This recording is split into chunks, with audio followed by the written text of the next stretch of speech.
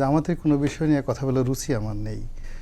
এর কারণ হলো যে আমি যতদিন পর্যন্ত জামাত নিয়ে দেখেছি, এদের এখন যারা আছেন এরা তো আসলে মানে থার্ড টায়ারের নেতৃবৃন্দ, এখন যারা শীর্ষ পর্যায়ে উনি আছেন। তো শীর্ষ জামাতের নেতাদের সাথে জেলে ছিলেন, ওদের প্রশংসায় পঞ্চমুখ ছিলেন। আমি একেবারে জামাতের প্রথম টায়ারের যারা ছিলেন তাদের সাথে চলেছি, দ্বিতীয় টায়ার যারা ছিলেন তাদের সঙ্গে আমার হৃদ্যতা ছিল, আর প্রথমদেরকে দূর থেকে দেখেছি।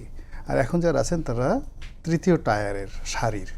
এখন আওয়ামী লীগের বা বিএনপির যদি ধরেন, তো বিএনপির এখন নেতৃত্বের মধ্যে ধরেন আজিজুল বারী হেলাল, উনি যদি কখনো বিএনপির সভাপতি হয়ে যান তৃতীয় সারির বা তৃতীয় গ্রেডের, তখন ওনার বিষয় নিয়ে যদি আমাকে জিজ্ঞাসা করেন ওইরকম একটা অবস্থা আর কি। তো সেক্ষেত্রে যারা দ্বিতীয় টায়ারের যারা ছিলেন জামাতের নেতৃবৃন্দ, এমনকি প্রথম টায়ারের, তাদের যে ঐতিহাসিক রাজনৈতিক যে পলিটিক্যাল সিদ্ধান্তগুলো সেই ব্রিটিশ জমানা থেকে আমার কাছে কখনই ইন্টেলিজেন্ট মনে হয়নি।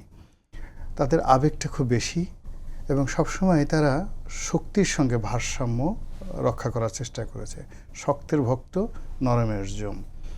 তো কাজে এই যে এরকম একটা সুবিধাজনক সময়ে তারা যে আচরণ করছে, ঠিক সেম আচরণ তারা করেছিল 1976-এ, সেম আচরণ তারা করেছিল 69, 70, 71 সনে। তো কাজেই তাদের এই আচরণগুলো দ্বারা আমরা যদি জেনারেল যারা সাধারণ পাবলিক আছি তাদেরকে নিয়ে আলোচনা করি, তাদেরকে আরও উত্তেজিত করা হবে, প্রমোট করা হবে। আমি তাদের কোনো একটা দাবির মধ্যে এই যে জামাত যে সমস্ত দাবি করছে এই বিষয়গুলো নিয়ে আমাদের টেলিভিশনে আলোচনা করাই উচিত না, আলোচনাই করা উচিত না। লেট দেম প্লে, তারা তাদের মতো কাজ করুক।